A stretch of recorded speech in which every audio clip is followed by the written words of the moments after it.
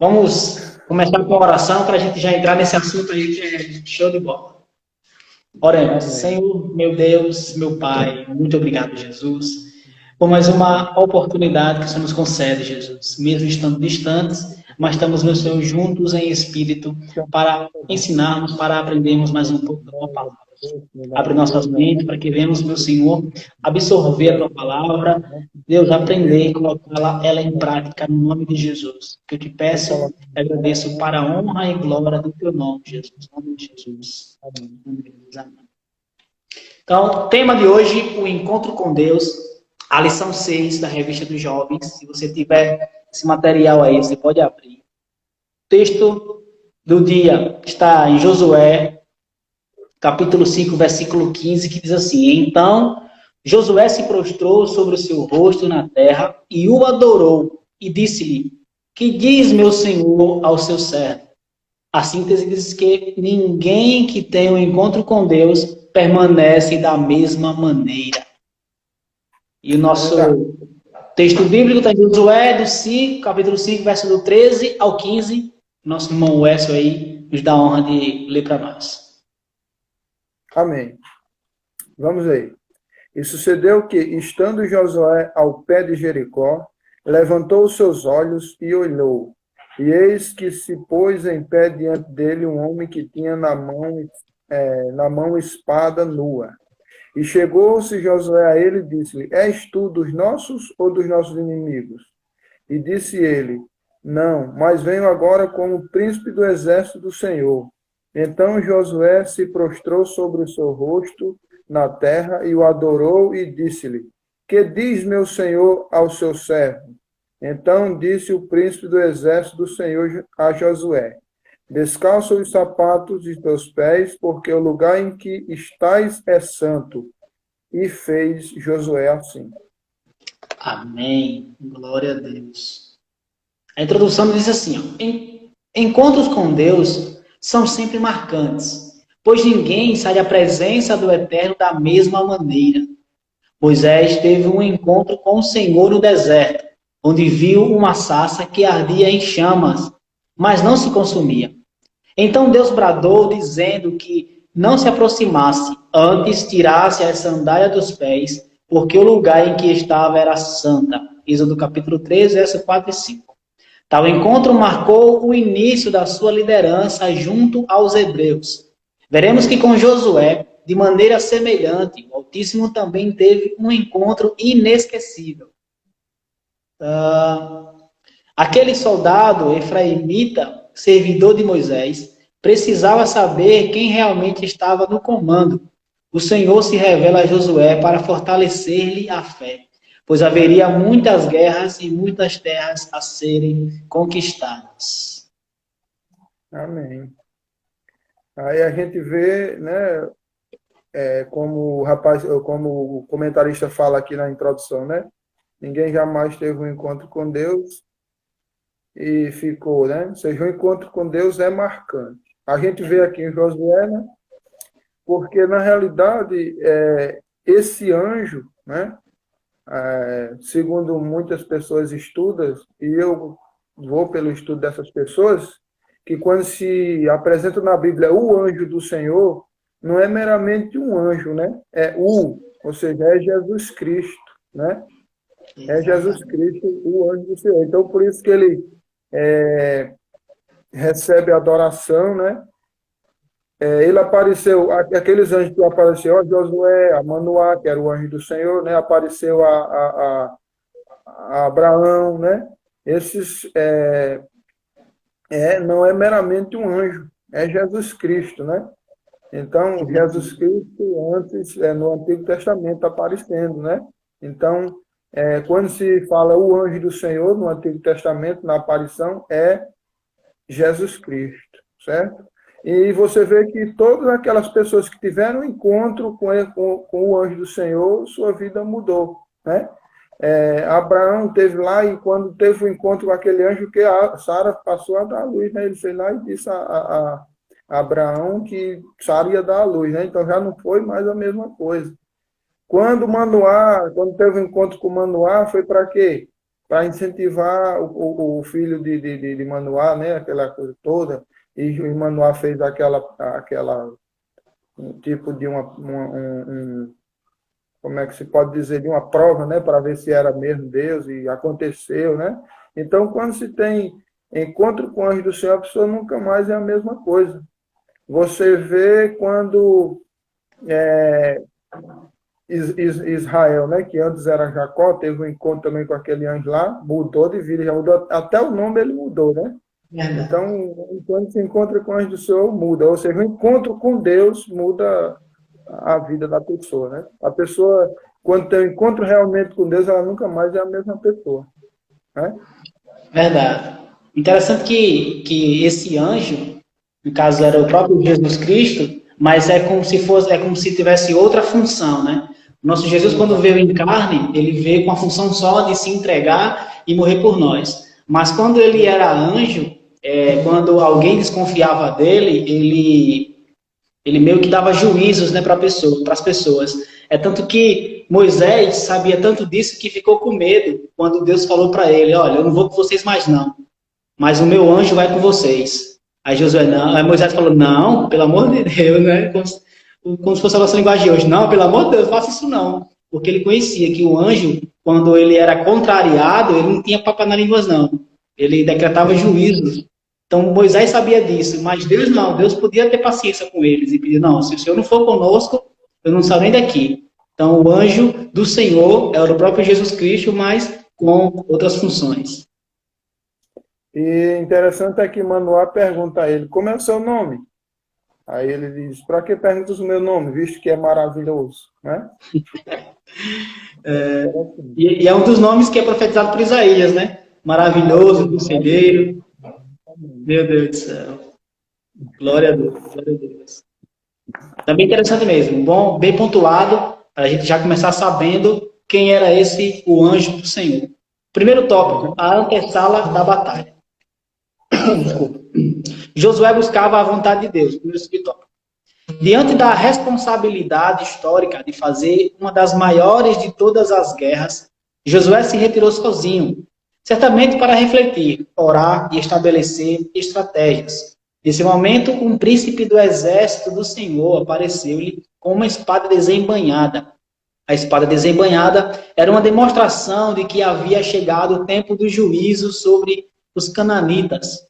Quantas abominações contra Deus foram cometidas por aqueles reinos, cidades, estados, agora o Todo-Poderoso iria expulsá-los de uma terra que manava leite e mel, e dá a terra a sua herança. Israel jamais teria conseguido se estabelecer como nação e manter a identidade nacional se os cananitas continuassem sacrificando crianças, adorando astros celestes e animais, praticando feitiçarias, bem como praticando toda sorte de impiedade e buscando a destruição dos hebreus. A medida da injustiça dos amorreus tinha se completado e Deus faria algo a respeito. Amém. Essa parte aqui a gente vê, né, que quando o anjo apareceu a José, quando ele se retirou para a sós, né? Ele retirou-se a sós para ficar a sós e ali buscar a presença de Deus. E Deus chegou, né? Deus atendeu e chegou para socorrê-lo, né? E ali o anjo chega para dar a sentença como para como é que se diz? Confirmar, né, a herança do povo de Israel lá em Canaã. E aqui a pessoa, o comentarista está falando de que ali os cananeus eram um povo muito idólatra, né? Era um povo que adorava os deuses, né? E, se eu não me engano, um tal desses deuses era Moloque, um desses deuses dele era Moloque, né? E eles botavam ali as crianças para ser queimadas, para oferecer a esse deus, né? Ou seja, Moloque era um tipo de estátua gigante que tinha a cabeça de boi, né? E uns braços tipo assim para frente, né? Aí o pessoal começava, e ali começava o ritual, né? Dentro daquela, era tipo uma fornalha, um boneco de metal, né? Com a cabeça de boi e o corpo de homem, e eles colocavam ali lenha bem para ficar até o metal ficar reluzente de tão quente, e nas mãos colocavam as crianças recém-nascidas, né, para ser queimado. Então era um ritual, além de cruel, idólatra, cheio de rituais meio macabros ali, né? E Deus chegava ali para Israel tomar conta dali. O interessante é que, se a gente for ver, mais tarde os filhos de Israel, né, passam os seus filhos pelo fogo, no mesmo costume, né? Uma coisa que Deus abominou, e o povo de Israel ainda passou seus filhos a esse Deus Moloque, né? Verdade. Infelizmente, o povo israelita se deixou ser influenciado por esses atos abomináveis, né? Terríveis e abomináveis a Deus. Interessante quando o texto aqui no início fala, o comentarista fala que o anjo aparece com a espada desembanhada. Eu lembrei também da história de Balaão, quando ele está com a sua jumenta e ele não consegue ver, mas a jumenta consegue ver o anjo do Senhor com a espada desembanhada, né? Deus teve que ali abrir a boca da jumenta para que Balaão conseguisse agora também, a partir da revelação da jumenta, ele conseguisse ver o anjo do Senhor. Ele iria matar os dois, né? Isso, o homem estava tão ali distante de Deus que não conseguiu ver Deus, né? Foi preciso Deus tipo, botar uma palavra humana ali na boca de uma jumenta para poder o homem perceber, né? Isso mesmo. E como eu falei, né? O anjo ele vinha com ordem de justiça, né? A espada desembanhada quer dizer que estava pronto para executar. É a guerra, né? Isso mesmo. E quando ele aparece para Josué, é para incentivar Josué e mostrar para ele que a batalha já estava ganha, para confortar o coração dele. Exatamente. Segundo subtópico, Josué visita o lugar da batalha. Conhecer o campo de guerra, só um momentinho, só voltando aqui, esqueci de falar sobre isso. Quando fala também que ele se apartou sozinho, né? Também, às vezes, eu me lembrei das vezes que nós precisamos ter um pouco de tempo de intimidade com Deus, né? Às vezes, por sermos, às vezes, isolados, as pessoas acham que queremos nos isolar, que estamos tristes, cabisbaixos. Às vezes não é isso, é que precisamos de um tempinho, só eu e Deus, só você e Deus, né?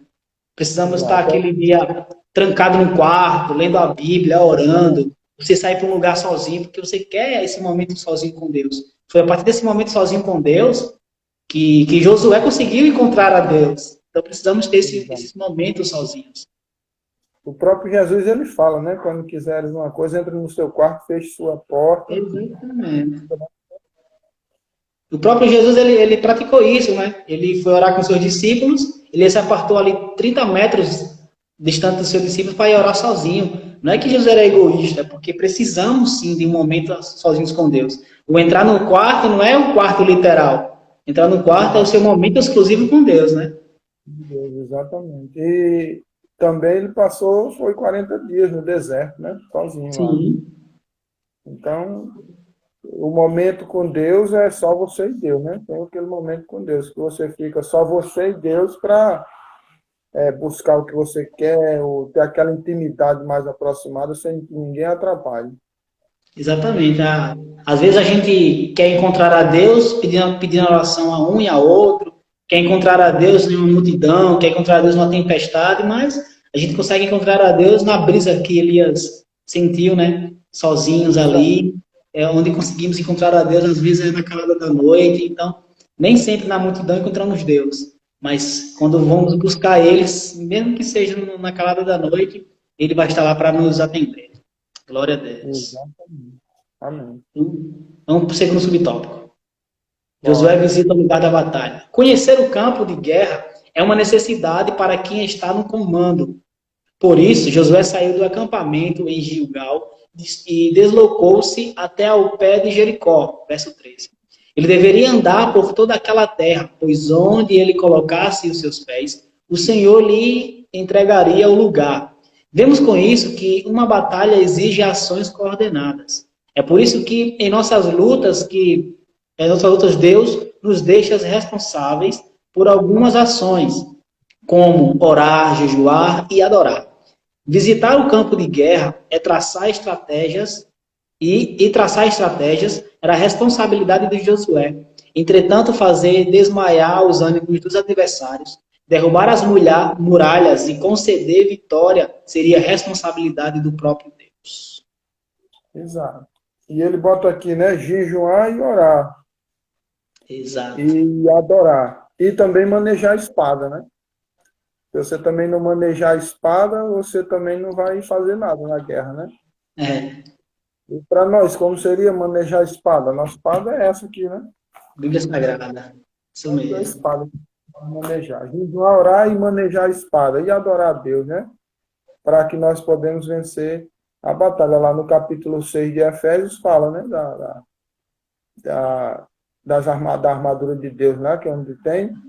E a espada é a Bíblia, né? A palavra de Deus. Então, nós temos que estar nessas três coisas. Ou melhor, ele acrescentou mais uma, 4, né?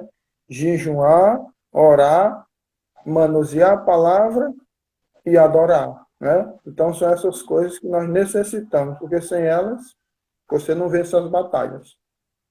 É verdade. Fica meio que deficiente, né? A gente ora muito, mas não jejua. Jejua muito, mas não ora. Aí faz os dois, mas não lê a Bíblia. Às vezes, a gente recebe uns dons espirituais, como línguas, como outros dons, mas infelizmente nós, por não vivermos na prática da palavra, né? Não ler e praticar, às vezes a gente cai em tentações que achamos que, por sermos batizados pelo Espírito Santo, estamos blindados de não pecar mais. Aí é onde se enganamos. Se você não tiver a prática da leitura da Bíblia, a prática daquilo que você lê, não é um dom do Espírito que vai fazer você ficar livre do pecado. Então, vemos hoje muitos escândalos nas igrejas, né, que infelizmente as pessoas acham que estão blindadas por serem batizadas pelo Espírito Santo. Exatamente. Se fosse assim, lá na igreja de Coríntios, ninguém pecava, né? Porque ali os dons espirituais, né? Então, temos que estar blindados aí, ó. Já demos aqui uma dica muito boa para vocês. Orar, jejuar, ler a palavra e praticar. Também não adianta só ler, né? Tem que praticar, né? Tem que manusear, né? O camarada, quando vai à guerra, ele tem que primeiro treinar como é que se usa a espada, né? Como se manuseia. Então, a gente precisa disso, de manusear a espada. E de entender a espada também, né? No nosso caso, entender a Bíblia, né? Tem muita gente lendo a Bíblia e não entende nada e traduz de forma totalmente errada, né? E faz lá umas heresias. Então, é perigoso. Então, a gente tem que saber manusear e buscar traduzir a palavra como ela é, né? Traduzir não é bem traduzir, é interpretar, né? A palavra como ela é, né? Então, a gente tem que ter cuidado nisso.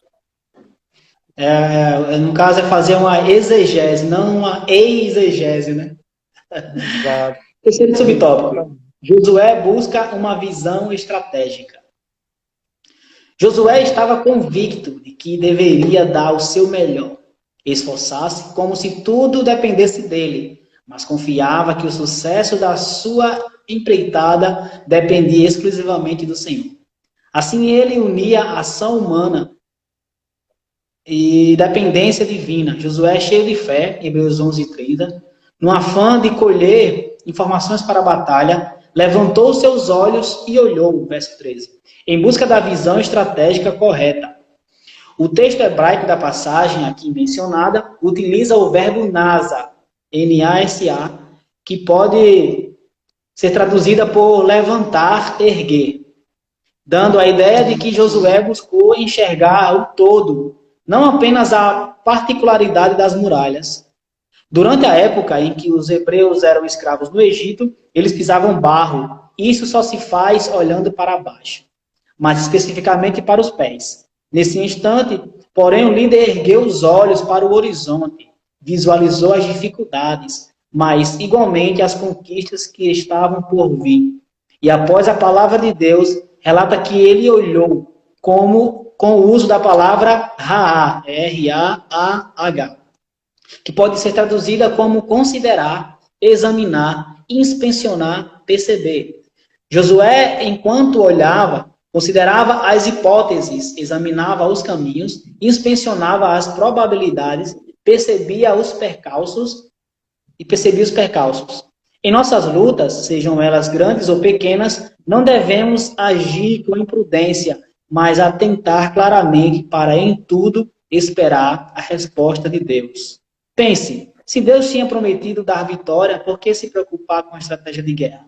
Ponto importante. Em nossas lutas, não devemos agir com imprudência, mas atentar claramente para o Senhor dos Exércitos.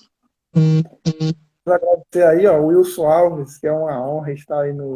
Rapaz, que honra, meu Deus. Mestre aí, Rosa Bela, né, a esposa dele, que entrou agora há pouco.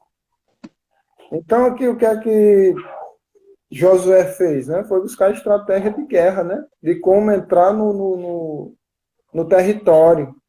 E nós hoje, para evangelizarmos também, né? Nós temos que... O que é a nossa luta, se não é evangelizar, né? É lutar contra as armas, contra o invisível, né? Que é o espiritual. Isso. Aí nós temos que fazer isso, levantamento do território, né? Para saber como é que é, qual é o ponto que vamos enfrentar, onde vamos enfrentar o inimigo, como vamos enfrentar o inimigo, né? Então, além dessas outras coisas, de jejuar, orar e manusear a espada e adorar, também tem que ter a parte de estratégia, né? Para buscar como entrar no território e conquistar, né? E conquistar aquele território. Então, foi isso que Josué fez. Olhou todo Jericó, olhou tudo para, quando entrar, ter o ponto onde começar a batalha, né? O ponto estratégico de onde começar a batalha. Verdade. E interessante que o comentarista aqui destacou bem, quando eles estavam no Egito, que amassavam o barro, eles olhavam para baixo, ou seja, as dificuldades faziam com que eles olhassem para baixo. Só que dessa vez, Josué está olhando a dificuldade, olhando para cima. Ou seja, se ele quiser conquistar algo, tem que olhar de cabeça erguida, né? Então, a lição para nós é bem simples. Você quer conquistar alguma coisa, não olha as dificuldades de cabeça baixa. A única coisa que você tem que baixar a cabeça é diante de Deus, perante Deus. Você baixa a sua cabeça, se curva em forma de reverência a Ele. Mas as dificuldades para serem alcançadas, ou seja, a vitória vai estar depois da muralha, né? Então você precisa erguer a cabeça. Para você conseguir enxergar a vitória, você vai só conseguir enxergar de cabeça erguida após as dificuldades. Então, precisamos estar de cabeça erguida para conquistar nossos objetivos. Isso também é um significado de que, quando você olha para cima, esse significado aí traz de olhar para Deus, né? Ou seja, ter Deus em primeiro plano, em primeira confiança, né? Então, esse olhar para cima significa olhar para Deus também, né? Ajuda Deus. Aí até esperar, até que aqui no final do subtópico 3, o comentário diz esperar a resposta de Deus também, né? Verdade. Mesmo sabendo que Deus está conosco, mas temos que, como ele falou aqui no pense, no ponto importante, que temos que traçar planos, né, e estratégias, né? Não é porque Deus prometeu que vamos agora tratar de qualquer jeito, né? Exatamente. E tratar as estratégias de acordo com a palavra dele, né? De acordo com a vontade dele também. Verdade. Antes de entrar para o tópico 2, pessoal, se tiver alguma dúvida, alguma pergunta, pode mandar. A minha tia Bia entrou por aqui também. O pessoal aqui, a Josenice, a sua digníssima esposa, está por aqui também. Maravilha. A Larissa, que é a aluna número 1. O John, meu amigo, a Amanda. O pessoal está tudo aqui na audiência. Então, qualquer dúvida pode mandar aí que o mestre Wessel aí vai sanar essas dúvidas. O segundo tópico, Deus se revela a Josué. Primeiro subtópico, o Senhor dos Exércitos. Para Moisés, em Êxodo 3, Deus se apresentou como eu sou o que sou. Agora ele se declara por intermédio do seu anjo como o Deus Todo-Poderoso na guerra. Na verdade, eu sou o que sou indica que o nosso Deus será o que for necessário que ele seja. inclusive o Senhor irresistível e poderoso na guerra. Salmos 24, versículo 8. Dentre tantos outros títulos mencionados nas Escrituras, a denominação Senhor dos Exércitos, Salmos 89, 8, por exemplo, seria utilizada frequentemente por muitos profetas. Você vai ver isso em 1 Salmos, em Reis, e 1 Samuel, desculpa, 1 Samuel, capítulo 1, versículo 3, 1 Reis, capítulo 18, versículo 15, 2 Reis, 3, 14, e Salmos 46, 7. Certo. Então ele é dominado desses nomes aí, né? Nesses livros, pelos profetas, em Êxodo, né? Senhor dos Exércitos, aquele que vence batalhas, aquele que vai à frente das batalhas, né? Quando Josafá clamou e pediu a ajuda de Deus, ele disse: olha, não tema, porque eu estou contigo. Vai só tão somente vá orando aí que eu estou contigo, certo? Eu sou. Para ele, quando ele chegou lá no Egito, né, que o rei perguntou: quem foi que te enviou? Ele disse: tu só diga a ele que eu sou o que enviou, e pronto, somente. Né? Então, sempre quando ele tem alguns títulos de guerra, né? Senhor de guerra, então, esses são os títulos do Senhor Jeová, né? Isso mesmo. Segundo subtópico, perto de Deus. Josué, ao ver o príncipe do exército com a espada na mão, da mesma forma como Moisés agira ao ver a sarça ardendo, aproximou-se daquele ser singularmente maravilhoso, mesmo sem saber quem era, pois Josué certamente tinha o desejo de ter experiências com o Senhor, mas o que ele não sabia é que seria naquele momento. Esse desejo latente de conhecer e andar com Deus sempre esteve presente na vida daqueles que se notabilizaram como heróis da fé nas Escrituras. Nos dias atuais, igualmente, o Eterno procura os verdadeiros adoradores para colocá-los em lugares estratégicos. O que aconteceu com Noé, Jó, Moisés, Josué, Davi, Daniel, dentre muitos outros que andaram perto do Altíssimo e foram alçados a lugares de honra e distinção. Certamente sucederá com a geração de servos de Deus os dias odiernos, desde que haja submissão total ao senhorio de Cristo. Amém. Isso aí são às vezes que os homens que tiveram essa experiência, né, de ter um encontro com Deus, né? Daniel, quando ele teve um encontro com Deus, ele caiu por terra, né? Não, ficou sem força. Nós vamos ver no Novo Testamento João, né? Quando teve aquele encontro com Deus na ilha de Patmos. O interessante é que quando João andava aqui na Terra com Cristo, né? Era bem aproximado, né? Conhecia mesmo Jesus, né? Estava ali com ele toda hora, todo tempo. Tem uma parte que a Bíblia fala que ele reclinou numa ceia, né? Reclinou, ou seja, deitou a cabeça no ombro de Jesus. Então ele era tinha muita intimidade com Cristo, né? Mas quando viu ele na ilha de Patmos, não conheceu, né?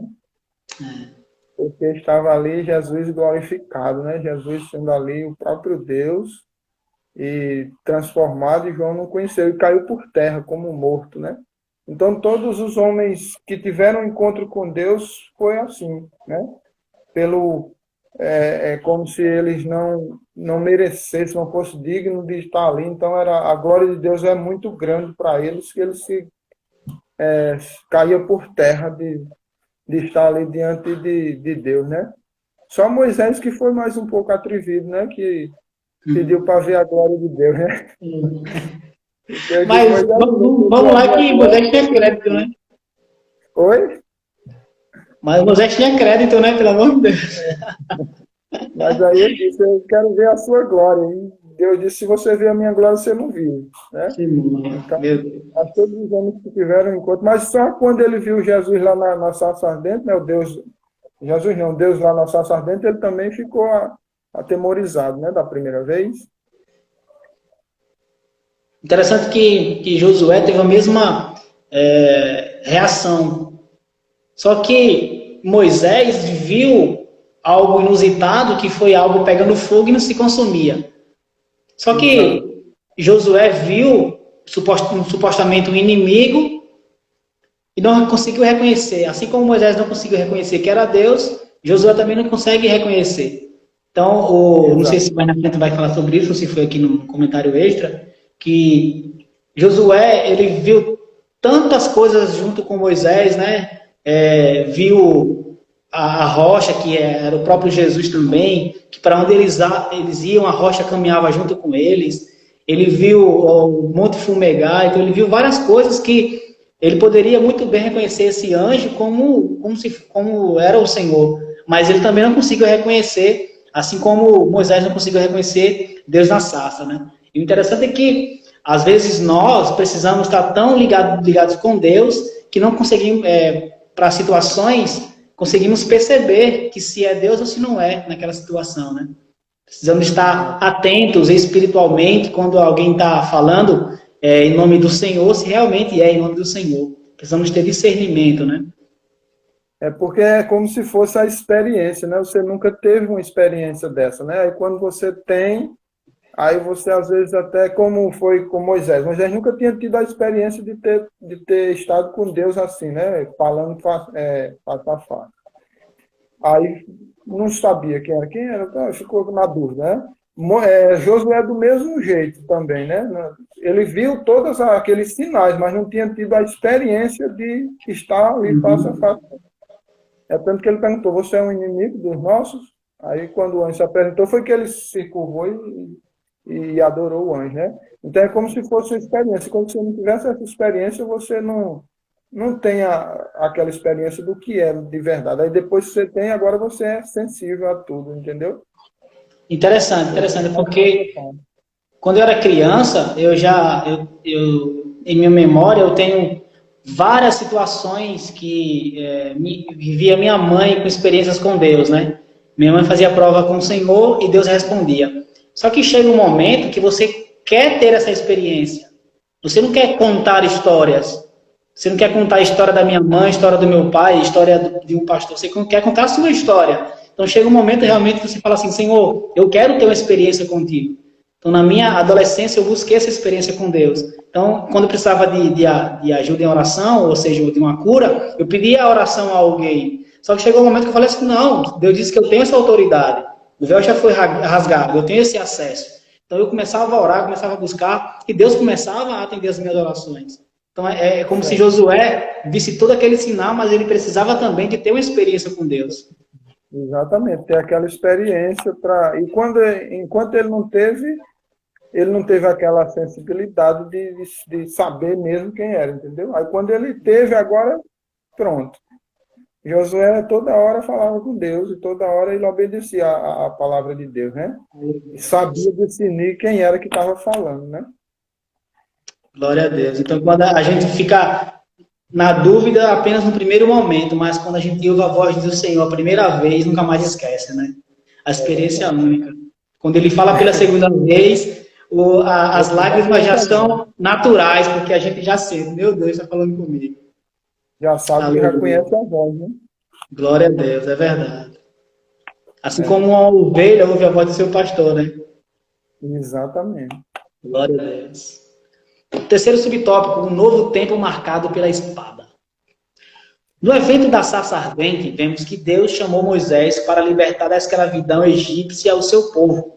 Então Moisés pediu um sinal a Deus, e o Senhor lhe perguntou, que é isso na tua mão? Êxodo 4, versículo do 1 ao 2. Mais tarde podemos ver que em quase todos os milagres, sinais e prodígios ocorridos na terra do Egito e no deserto, a vara de Moisés e também a de Arão, em certas ocasiões, foram instrumentos para a glória divina. Porém, agora quando o príncipe do exército do Senhor aparece a Josué, em suas mãos não havia um cajado, mas uma lança.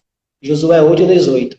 Isso significa que um novo tempo se iniciava e o foco desse período seria a conquista pela espada. conduzida pelo príncipe do exército do Senhor e também pela lança de Josué. Josué 8:18. A conquista da terra exigia o esforço do homem. Pense, Deus escolhe e prepara os seus servos para que cumpram os seus propósitos. Ponto importante, Deus escolheu Josué e o preparou para que ele ajudasse os hebreus na conquista da terra prometida. Glória a Deus. Exatamente. A gente vê aí, quando ele comenta que Moisés teve uma tarefa, né? Ou seja, teve uma missão. Foi tirar o povo do Egito, né? E tirar o povo do Egito. Aí Moisés estava lá com o cajado. Deus usou o cajado, né? Para mostrar ao povo e mostrar ao rei do Egito que Deus tinha enviado Moisés, né? Agora, a missão de Josué é entrar na terra prometida, né? Ou seja, Moisés foi sair da escravidão e Josué para a liberdade, né? Ou seja, entrar na liberdade. E ali, para o povo ter a liberdade, precisava lutar. Por isso que o anjo aparece a ele com a espada na mão. Ou seja, agora Josué tem uma tarefa de lutar, guerra mesmo, né? Então, expulsar aquele povo dali para eles herdar aquela terra, ou seja, e serem livres ali, né? Então, é interessante a missão, né, de cada um, de Moisés e de Josué, né? E de que forma os instrumentos que foram usados com Moisés e agora os instrumentos que vão ser usados com Josué. É muito interessante essa parte, né? E Moisés lá não precisou da espada, né? Mas agora Josué vai precisar da espada, né? Mas de igual forma, tanto na saída como na entrada, de igual forma precisaram de Deus, né? Precisaram da ajuda de Deus. Muito bem frisado. Precisaram nas duas formas, precisaram da ajuda de Deus para ser livre, para sair da escravidão e para entrar na liberdade, né? Exatamente. E interessante é que quando Deus ele aparece, né, num cenário, as pessoas têm a tendência de falar assim, que Deus não precisa de nós, Deus não necessita de nós. Realmente essa palavra necessitar, eu também concordo. Deus não necessita de ninguém. Mas ele precisa sim da gente. Porque é mais no termo de conta, né? Assim, porque se você precisar e necessitar, precisar eu preciso de você. Por exemplo, eu tenho um negócio aqui para fazer que só você faz. Então, aí eu preciso de você. Porque se você não fizer, eu não faço essa tal coisa. Deus não. Deus ele conta com você pelo seguinte. Ele chama você. Se você não quiser vir, ele chama outro. Entendeu? Essa é a diferença entre nós e Deus. Nós necessitamos e precisamos mesmo. Porque se não fizer, outra pessoa não faz, né? E Deus não. Deus chama. Se você recusar, ele deixa você e faz. Ou seja, aquilo que Deus tem, o propósito que Deus quer fazer, ele faz. Que você queira ou não, entendeu? Então é por isso que é dessa forma que a gente fala que ele não precisa da gente, né? Mas ele conta com a gente. Que nós estamos aqui para fazer a obra dele, né? Ele precisa nesse termo. Então, no caso aqui, a distinção que estou fazendo de necessitar e precisar é porque necessitar é uma conotação de tipo, eu só continuo se você for, se você vier, né? Deus não precisa disso, porque ele é soberano. Mas ele precisa de nós para concluirmos essa missão. Assim como precisou de Josué. Por quê? Teve um caso que ele mandou um anjo só, o anjo do Senhor, no caso, Jesus aí, o anjo do Senhor. Ele mandava o anjo do Senhor e resolvia tudo. Ele mandou um anjo e destruiu 185 mil soldados da Síria. Então, aquele anjo ali, acho que ele não fala o anjo, né? Ele manda um anjo. Um anjo. Aquele anjo ali não é Jesus, né? É um anjo. Ele manda um anjo de batalha e derrota 185 mil, né? Isso. Então, um anjo, ele mandava e matava 185 mil. Um anjo. Imagina se fosse o próprio Jesus ou o próprio Deus. Então, ele não necessita de nós. Se ele quiser, ele faz e ponto. Mas ele precisa para alguns desígnios serem feitos, né? Assim como foi para conquistar a terra, ele precisou que Josué se mostrasse servo, obediente, para que eles conquistassem a terra, né? Exatamente. Muito bem. Terceiro tópico, Deus fala a Josué. Primeiro subtópico, falta de discernimento espiritual. Quem está chegando aí agora, sejam bem-vindos. Alves, Eliabe, Jane Kelly, Márcio, meu amigo. Sejam todos bem-vindos. Lofty. Pode mandar sua pergunta aí, sua dúvida. Já estamos partindo aqui para o terceiro tópico, terceiro e último tópico, ok? Deus fala a Josué. Primeiro subtópico, falta de discernimento espiritual.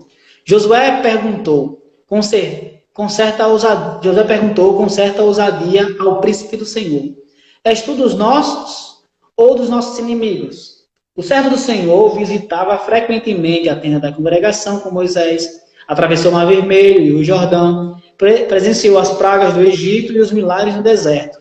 Viu o Monte Sinai fumegar pela presença divina, mas ainda assim não conseguiu identificar o anjo da parte do Senhor.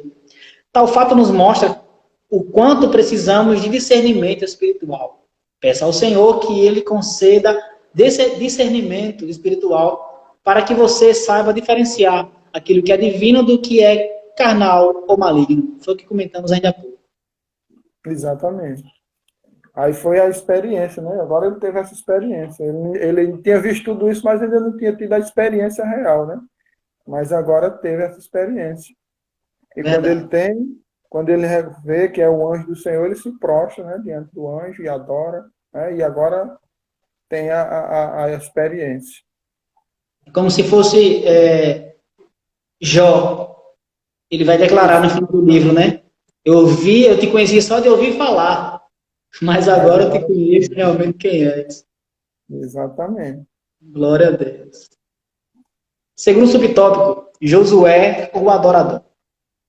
Segundo a Bíblia de Estudos Pentecostal, Josué teve aos pés de Jericó a confirmação da presença de Deus e do seu exército celestial nas muitas batalhas que ele e o seu povo teria de enfrentar. Nós não estamos sozinhos em nossas batalhas, pois Deus e os seus anjos lutam em nosso favor. Josué, depois de reconhecer a presença do Senhor, o adora. A adoração é um gesto de gratidão, de reconhecimento de quem Deus é e do que pode fazer em nosso favor. Exatamente. Essa é a forma que Josué fez ali, de adorar a Deus, né? É uma forma, um gesto de gratidão. Gente, é grato a Deus, né? Ou seja, um reconhecimento de que Ele é o seu Senhor, de que você confia que Ele possa fazer todas as coisas, né? Então é um gesto de gratidão quando você adora, um gesto de respeito, né? Um gesto de que Ele é seu Senhor, de que quando você respeita alguém e essa pessoa é senhorio, né? Você tem esse gesto, né? De ser, no caso de Deus, adorar, né? Adorar a Deus. No caso de Deus, adorar Ele. Então, está reconhecendo que Ele é seu Deus, que Ele é seu superior. E que agora você vai confiar tudo a Ele. E que Ele pode fazer todas as coisas por você. Né? Então, Josué teve essa percepção, Josué teve essa sensibilidade. E a gente também temos que ter isso, né? Adorar a Deus. Não pelo que Ele faz, mas pelo que Ele é, né? Que Ele é o nosso Senhor, né? Ele é o nosso Salvador. Então, nós temos que adorar a Deus por isso, né? Sabendo que Ele é o Salvador. E quando nós fazemos isso, nós adoramos pelo que Ele é, aí Ele faz, né? Em nossas vidas. Se formos adorar a Deus simplesmente por, vamos dizer assim, por troca de favor, não dá certo, né? Não, eu vou adorar a Deus porque Ele vai me curar. Vou adorar a Deus porque Ele... Não. Adora a Deus porque Ele é Senhor que pode dar a sua salvação, né? Que pode te salvar. Então, assim é que nós temos que adorar a Deus. Independente de tudo, do que Ele fez por nós, mas dependente do que Ele é, o nosso Senhor, o nosso Deus e o nosso Salvador. Verdade. 2 pontos aí que eu fiquei agora meditando enquanto você estava falando. O primeiro é que eu acredito que Josué já desconfiava quem era esse soldado, né? Ele não sabia que era o único ainda, mas ele viu aquela imagem e eu acredito que ele desconfiava quem era, mas ele queria ter a certeza. É tanto que depois ele não questionou. Ele fez pergunta só uma vez. Quando ele responde, ele já cai logo de joelhos e adora. Se ele não tivesse já desconfiado quem era, ele teria feito outros questionamentos, né? Mas isso, mas aquilo. Então eu particularmente acredito que ele já tinha desconfiado já. Eu acho que esse aí é um dos nossos. Mas para me ter certeza, eu vou perguntar. Assim que ele responde, ele se prostra já e adora. E ainda que ele não tivesse desconfiança de que era, quando ele falou, ele conheceu logo a voz, né? Exato. Glória a Deus, você conhece logo a voz. Então, justamente é o que ele precisava, né? Exato. Ele já desconfiava, então para ele ter a certeza, quando ele ouviu a voz, pô, só o que ele queria. Ainda que ele não tivesse certeza, mas também essa tua hipótese aí pode estar certa, né? É uma hipótese tua que tu levantou, né? É um pensamento, né? Que você meditou aí. E também pode ser que ele, quando ouviu a voz, ele reconheceu logo Deus e prostrou-se. Exatamente. E outra coisa que eu pensei é que nós, como cristãos, claro, óbvio, temos que ver o nosso Deus como sempre o soberano. Mas essa soberania não quer dizer ditadura. Como assim? Ele deixou que Josué desconfiasse, vamos dizer, entre aspas. Porque se Deus fosse um ditador, Deus poderia muito bem ali dar uma palavra de exortação para Josué. Josué, você não me conhece? Que você... Mas não, Deus dá a total liberdade para os seres humanos questioná-lo. Não, claro que não é questionamentos que vai duvidar da soberania de Deus, mas é questionamentos para ter a certeza se realmente esse Deus é Deus mesmo. Então, Josué teve a total liberdade de questionar. Você é um dos nossos ou você é dos nossos inimigos? E também nós não temos que ter medo, né? Aquele medo, porque tem gente que tem aquele temor. Eita, Deus é terrível, tal. Não é com esse tipo que você tem que respeitar Deus, né? Você tem que respeitar Deus como Deus, com respeito. Exatamente. Não com aquele medo de que Deus aí, se eu falar isso, Deus vai me matar e não sei o quê. Não com esse termo. É com o tempo de respeito. Respeitar Deus como Ele é, né? Então, tem que ter aquele respeito, porque... E às vezes tem um medinho também, porque quando o nosso pai, a gente faz um negócio errado, a gente não tem medo do castigo do nosso pai. Eita, meu pai vai dar uma surra em mim. Aí fica lá morrendo de medo, né? Então a gente tem que ter medo também do castigozinho. Quando você vê que desobedeceu a Deus, a gente tem aquele temor pelo castigo que Deus vai nos dar, porque Ele dá, né? Você vê que Davi pecou, Davi ficou lá quando soube da sentença, né? A sentença de Davi foi terrível, né? Mas ele chegou lá e falou e assumiu o seu erro e recebeu o castigo de Deus. Então, mas ele teve medo do castigo de Deus. Ele não teve medo, assim, é como que ele não tivesse aquele medo de Deus. Ele sabia quem era Deus, teve o respeito. Agora ele teve receio pelo castigo que ia receber, porque fez uma coisa grave. E agora o castigo vai ser grave. E outra coisa, aceitar o castigo e cumprir, né? Sem se revoltar contra Deus. Porque tem muita gente que é assim, né? Faz as coisas erradas, aí quando está tendo uma correção, diz, porque Deus não tem amor, Deus não é amor, não sei o quê, né? Então, o amor é esse. Corrigir para que você aprenda, entendeu? Um pai não vai te bater só simplesmente por bater, você faz uma coisa errada, o pai vai te dar um castigo para que você não faça mais aquilo e aprenda com isso. Então, Deus é do mesmo jeito, né? Quando você desobedece, Ele dá um castigo para você aprender com Ele e não fazer mais não repetir mais o que você tem feito, entendeu? Então, exatamente. A gente tem aquele temor de Deus, assim, tipo medo de tudo, porque Ele tá, não. É só ter o medo de temor, né? Porque no início, até quando criança, a gente tem medo de nossos pais, como você falou, como o senhor falou, temos medo. Mas com o tempo que vamos aprendendo qual o motivo que estamos sendo punidos, criamos aí um respeito pelos nossos pais. Exatamente. Quando vamos fazer algo, já não fazemos mais errado, não por medo, mas por respeito. Então, quando temos na nossa mente que Deus ele pode sim castigar, temos medo, óbvio, mas que esse castigo gere em nós um temor a ponto de respeitar a Deus. Que esse respeito, toda vez que for fazer algo, eu falo assim, não, meu Deus, ele é santo, ele não vai aceitar isso. Então, por respeito, eu não vou fazer isso. Os fariseus, eles viam Deus apenas como um ditador, que chegava e dava sentença e ponto. Aí Jesus, quando veio, falou assim, não, ele é meu pai. Deus é pai, então o pai temos que temer ao pai, mas também temos que esse temor tem que gerar um respeito ao pai. O pai castiga porque realmente ele ama. Então, isso gera um respeito ao pai.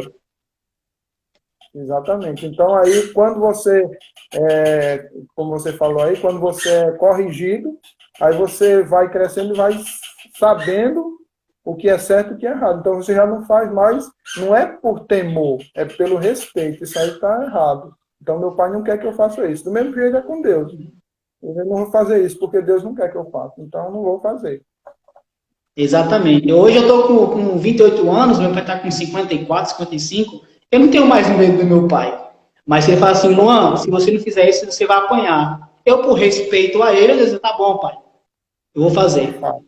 Então, isso não é medo do pai, é respeito do pai. Então, Deus quer que olhemos para ele como respeito. Quando Josué questiona, não foi desrespeitando a Deus, desrespeitando a sua divindade. Josué questiona para saber quem realmente ele era. Quando ele soube de fato quem era, ele se prostra em adoração. Então, Deus ele permite que o questionamos. E vou explicar mais uma vez, não questionando a sua divindade, a sua soberania, mas questionando se de fato é ele ou não é ele que está fazendo. Às vezes você pode até não estar conhecendo, né? Mas quando ele fala, você conhece. Né? Exatamente. Glórias a Deus. Terceiro subtópico. Tira a sandália dos teus pés. O príncipe do exército do Senhor só pediu uma coisa a Josué. Descalça o sapato dos teus pés. Verso 15. Tal ordem indicava apenas uma coisa, reverência ao Senhor.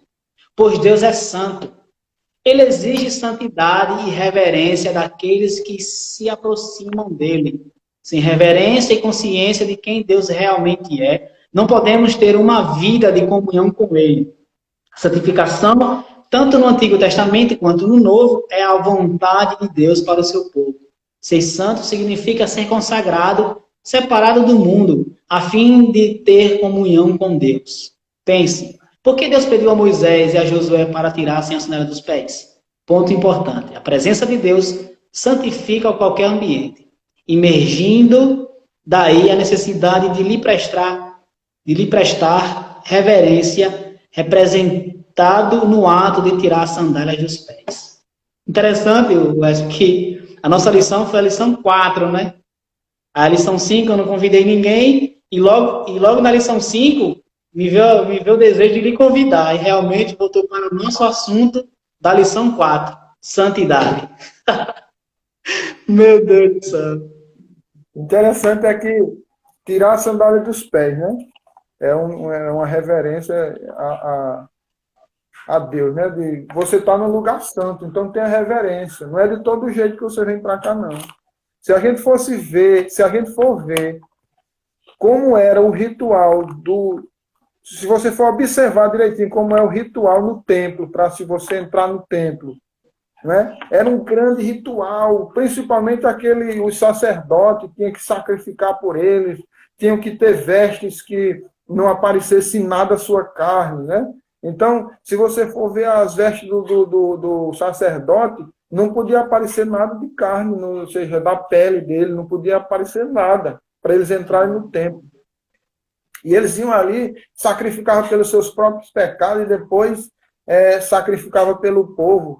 E a reverência do povo, quando se estava lendo a Torá,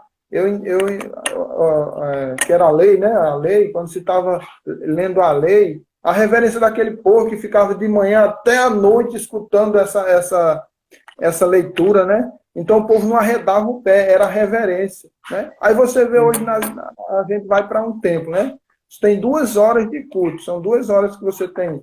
Tem 24 horas no dia e 2 horas a gente tira para ter aquele culto, né? Está lá entre os irmãos, no templo, aquela alegria, né? Aí durante essas 2 horas era para nós termos aquela reverência, né? Aí fica lá, olha no celular, Meu Deus. outro com as mãos, né? Então, onde é que está a reverência, né? Então, isso é falta de reverência, né? Você está na igreja, porque você vai para a igreja, para o templo, para adorar a Deus, você tem que ter reverência. Olha o que é que ele disse para o anjo disse aqui para José. Tira as sandálias dos pés, você está no lugar santo. Ou Jesus tenha respeito que você está no lugar santo. Né? Lá para Moisés, do mesmo jeito, tira as sandálias dos pés, porque a terra em que tu pisa é santa. Tenha respeito, você tem que ficar aqui, mas você tem que ter respeito, em outras palavras que dizer, né? E se nós estivermos no templo para adorar a Deus, num lugar que se diz que é santo, né? Então temos que ter reverência, né? Se não tiver reverência, então não adianta.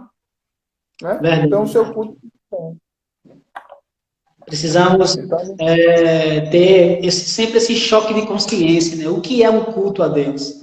Na minha adolescência, isso não nega a ninguém, eu falo até para os jovens na EBD, para não seguir algumas coisas que eu fiz, né? Que na minha adolescência, eu sempre gostava de ficar no pátio da igreja, conversando, inventava que ia tomar água. Ixi, irmão Romeu, coitado, sofreu demais comigo. Mas, no momento que eu entendi o que era um culto a Deus, é o que o próprio Salomão até fala lá em Provérbios, né? Guarda o teu pé, eu acho que é em Provérbios que ele fala, guarda o teu pé para, quando entrar na casa do Senhor, se referindo à reverência. Assim como Deus mandou Moisés tirar a sandália, assim como o anjo do Senhor mandou Josué tirar a sandália, estava falando sobre reverência. Então, quando eu entendi o que é um culto a Deus, tudo que o Senhor falou aí, né, que os sacerdotes faziam toda essa tradição todinha para cultuar a Deus. Aí eu chegava na igreja, ficava conversando, ia no pátio e tal, mas quando eu entendi o que era um culto, a minha vida nunca mais foi a mesma. Eu já deixava mais de mim puxar assunto, eu não conversava mais, eu entendi o que se reverenciar a Deus, né? Não mexer no celular, tanto que até hoje deixo o celular em silencioso no bolso. Se ele insistir muito vibrando, eu vou olhar para ver se é algo importante ali, eu saio e vou olhar lá fora, não olho dentro do culto. Então, são detalhes que Deus, mais uma vez voltando, né, que Deus precisa de nós para que isso agora seja manifesto. Então, hoje é muito fácil a gente reclamar de um culto frio, um culto morno, um culto está muito morgado, está isso e aquilo, mas não paramos para analisar que a culpa não é de Deus, a culpa é nossa. Você falou aqui no celular, então, a gente passa 22 horas do dia para fazer tudo. Em apenas 2 horas que a gente tem ali para Deus, a gente ainda interrompe essas 2 horas? Exato. E a culpa, às vezes a gente vai para um culto, aí chega no culto e, rapaz, o culto hoje não foi bom porque o irmão não pregou direito, a palavra não foi isso. Mas a culpa não é do irmão. A culpa é sua, que não foi para adorar, né? Porque o que foi que Davi disse quando disseram para ele? Eu acho que alguém chegou e disse, Davi, vamos para a casa do Senhor. E Davi disse, eita, alegrei-me quando me disseram, vamos à casa do Senhor. Então Davi já saiu alegre de casa, por quê? Porque eu vou para a casa do Senhor, ouvir o Senhor falar, entendeu? Não é, eu não saio de casa, porque muitas vezes a gente vai mesmo, às vezes com problema e tal, aí vai ouvir Deus falar mesmo. Mas se você se colocar no lugar de adorador, você ouve Deus falar, né? Você já sai de casa com aquela, eu vou para a casa do Senhor, porque lá eu vou ouvir Deus falar, né? Então Davi foi assim, Davi foi, vamos à casa do Senhor, ele ficou alegre. E com certeza quando ele chegou na casa do Senhor, teve reverência e ouviu Deus falar. Se você for para lá e esperar só que os outros façam, vai ser por isso que o culto volta ruim, porque você não fez a sua parte, né? Aí tem gente que diz, eu não vou hoje para o culto porque é fulano que vai pagar. Eu não vou hoje para o culto porque é cicrano, né? Então, não faça isso. Vá para o culto buscar a sua parte. Vá fazer a sua parte, que é adorar, né? Vá fazer a parte de adorador. Quando você faz a tua parte de adorador, não se importa com os outros. Se os outros não fizer a parte deles, você fez a tua, você ouviu Deus falar. Com certeza você ouviu Deus falar. Se você não ouvir pelo pregador, mas você ouve na palavra, porque a palavra de Deus é Deus falando. Entendeu? Essa parte. Aí a reverência, a gente tem que ter a reverência. Hoje, infelizmente, a gente está muito sem reverência na casa do Senhor, né? É o povo falando, né? Outro para cá, passa para lá, outro passa para lá, então fica sem reverência nenhuma aqui na casa de Deus. Então, ainda ficam. Aí aquele camarada que vai, que conversa, ainda fica reclamando que o culto foi ruim. Claro, meu amigo, se você não foi fazer a sua parte de adorador, como que o culto vai ser bom? Né? É verdade. São mínimas coisas do culto que tira a nossa atenção e finda que às vezes a gente interrompe até a nossa adoração, né? Por causa dessas coisas. Aí no Nordeste não é comum, mas aqui em São Paulo é comum o povo ir tomar água e voltar com um copinho na mão, um copo de água na mão para o banco. Toda vez eu falo isso, toda vez que termina os ensaios dos jovens, eu falo, olha, pelo amor de Deus, quando for tomar água, enche a barriga logo e não volte com esse copo não, pelo amor de Deus. Aí vai com 5 copos na mão, aí começa a distribuir água, isso tira muita atenção. Então, são mínimas coisas que roubam a nossa atenção e tirando foco, né? É a falta de reverência. Eu tenho isso aí como falta de reverência, né? Eu não acho legal. Aqui não está trazendo mais copo, não. Passa um irmão com a bandeira no meio da igreja oferecendo. Reverência. Então, eu não acho legal, não. Mas fazer o quê? Eu faço a minha parte, que é adorar. Eu fazendo a minha parte, o resto é com ele Deus, né? Então a gente tem que ter essa reverência. Você tem todas as outras horas para fazer o que você quer. Será que você não vai, quando você vai na casa do Senhor, ainda tira desse tempo e não tem a reverência a Deus, né? Eu vejo por essa parte. Mas que Deus abençoe a gente, ao povo, a nós todos, que a gente venha ter essa sensibilidade do que é um culto. O culto é aquele que fala lá em Romanos, o culto da razão.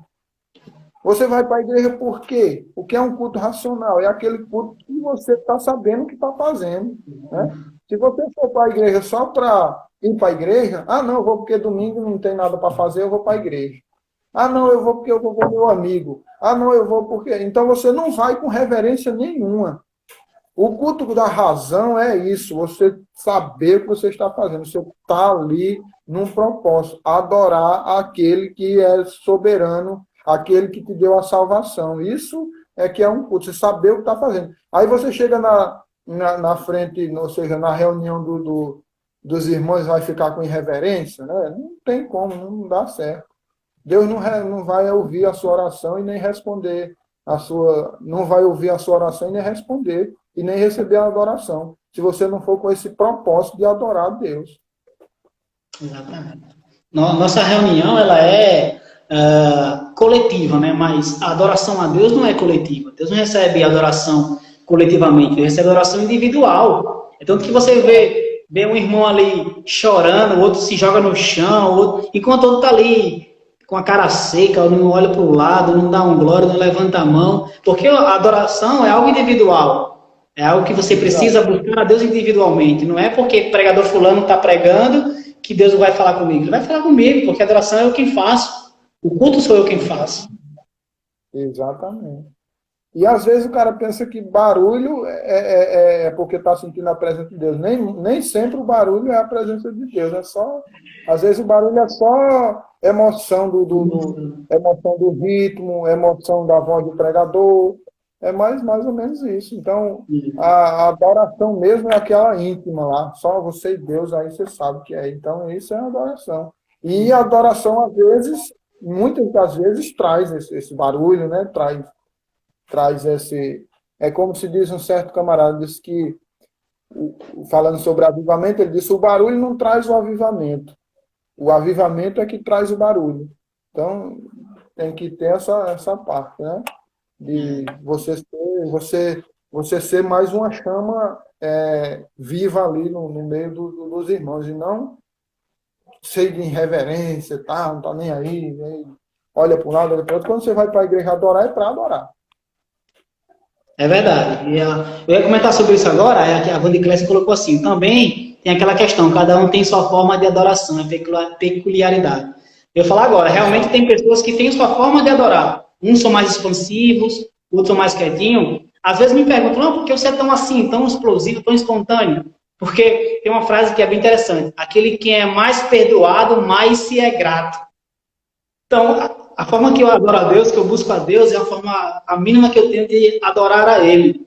E eu levo em questão também, quando você adora a Deus, adorar a Deus ou reverenciar a Deus, É você mostrar o quê? Mostrar arrependimento perante uma divindade. Então, quando eu uso esse exemplo, né? Quando você é abordado pela polícia, a primeira coisa que você faz é o quê? É levantar a mão. Você levanta a mão para mostrar o quê? Rendição. Eu não tenho nada, eu estou livre, eu estou livre. Então, quando eu levanto a minha mão perante Deus, eu estou mostrando a Ele, Senhor, eu me rendo na Tua presença. Eu não tenho nada aqui, a não ser a minha vida para te entregar. Respeito que não tem esse costume de gritar, de respeito. Mas a minha forma de adorar a Deus é mostrando a Ele que quando eu estou de joelho, eu estou me prostrando perante Ele. Quando eu levanto as minhas mãos, eu estou me rendendo perante Ele, porque eu não tenho nada a não ser a minha vida para apresentar a Ele. Isso vai do tipo da pessoa, né? Do tipo É como eu estou esquecendo de falar, né? Porque tem umas pessoas que é mais agitada, tem outras que é mais calma, né? O tipo de... Tem um nome aí que eu estou esquecido de dizer como é o nome, mas tem vários tipos. Tem aquela que é melancólica, aquela que é sanguínea, que é agitada. Então, é de acordo com a pessoa, né? Tem pessoas que recebeu o Espírito Santo ali, pula, quebra tudo e tal. Uhum. E tem pessoas que é mais tranquila, né? Ouve a palavra de Deus e a emoção ali e tal, mas não é aquela explosiva, entendeu? Então, isso aí é de cada pessoa, né? Isso aí é o tipo de que é a cada pessoa, entendeu? Então, Deus vai usar de qualquer forma. Mas a questão da reverência é todo mundo, né? Então, desde da pessoa que é mais eloquente, a pessoa que é mais calma, quando não tem reverência do mesmo jeito. Então a gente está falando aqui a questão de ter reverência, né? Como a pessoa adora, isso aí não é o caso, né? Então, mas a gente está falando de ter reverência na presença de Deus, assim, na casa do Senhor, né? Quando vier para adorar a Deus, adorar com a razão, ou seja, fazer um culto racional, né? Então, é como lá em Romanos fala, rogo-vos, irmãos, que apresenteis o vosso corpo vivo e santo rogo-vos, irmãos, que apresenteis o vosso corpo vivo e santo em adoração a Deus, que é o que? O vosso culto racional. Entendeu? Então, a gente tem que pegar aquele versículo lá de Romanos e aplicar na nossa vida. Porque se não for assim, você não adora a Deus. É verdade. Então, o culto racional você vai pensar Deus, né? Você vai lá e ouvir a pregação, não é ouvir barulho, né? Como o senhor comentou aí, não é ouvir gritaria e você vai glorificar a Deus, sabe nem o que o pregador está falando. Culto da razão é você vai ouvir o pregador, conforme que você está ouvindo, você vai raciocinar, aquele raciocínio vai gerar em você uma adoração. É totalmente diferente do gritaria. Exato. Aí você vai entender. Então, o culto, se você for para um culto e você não entendeu nada do culto, então não foi um culto. Você foi para o primeiro lugar. Porque tem gente, eu já tive essa oportunidade de conversar com uma pessoa. Irmão Wes, o culto ontem foi uma bênção. Eu perguntei, ele leu aonde? Assim, irmão, não sei não, só sei que foi uma bênção, irmão. E a pregação, irmão, foi em que? Rapaz, a pregação, irmão, não estou lembrando não, mas foi uma bênção. Então não foi uma bênção, irmão. Se você não sabe nem o que foi a pregação, nem onde foi que leu a palavra, que culto foi esse? Né? Então você não aprendeu nada nesse culto. Então, o culto da razão é isso, você entender, saber o que está fazendo e saber o que está recebendo. Isso é o culto da razão. Exatamente isso. Deixa eu só ler a conclusão aqui para a gente já encaminhar para o encerramento. A conclusão vai dizer assim, ó, todo líder precisa, antes de começar qualquer empreendimento de fé, ter um encontro marcante com Deus. Moisés e Josué desfrutaram dessa experiência. E no final de suas histórias, ficou evidente como vale a pena investir tempo na presença do Senhor. Nesses momentos de revelação, eles absorveram a visão correta de suas responsabilidades. Deveriam se esforçar para serem coadjuvantes e Deus, o protagonista das conquistas e vitórias do povo. Glória a Deus. Amém. Graças a Deus. Então, já está resumido aí na conclusão como se faz todo líder, né? Como precisa fazer todo líder, antes de começar qualquer coisa, né? Principalmente na obra de Deus. Tem que ter aquela fé, né? Tem que ter o compromisso. Então, aqui o comentarista já disse tudo do que é, né? Então, que Deus abençoe, que a gente venha colocar em prática, né? Essa nossa lição, a palavra de Deus, né? A gente ler a palavra e entendê-la, né? Porque é preciso a gente entender, né? Porque se a gente não entender, também não vai adiantar muita coisa, né? Então, tem que saber manusear, né? A espada. E que Deus abençoe, que Deus continue abençoando você, Luan. E Amém. que dê mais oportunidades, a gente tá sempre aqui falando alguma coisa de Deus. Agradeço aos ouvintes aí, os que participaram conosco aí na live, né? Amém. Que Deus abençoe a cada um. Eu que agradeço, meu filho, pelo seu tempo. Com certeza vai ter mais oportunidades. E só frisando aqui esse finalzinho aqui da conclusão, fala que Josué e Moisés, eles tiveram o seu tempo, no caso, investiram, e vale a pena investir na presença do Senhor. Então, buscar a Deus, ir para a igreja, e o que estamos fazendo aqui não é uma perca de tempo, é o investimento na obra do Senhor. E com certeza seremos bem recompensados. Eu que agradeço pela sua presença, pelo seu tempo, que o Senhor venha lhe abençoar mais e mais. Amém, Luan. Paz do Senhor, meu irmão. Até a próxima. Senhor, até a próxima, se Deus quiser. A todos aí os ouvintes, muito obrigado. Que Deus abençoe vocês. E até a próxima, se Deus quiser.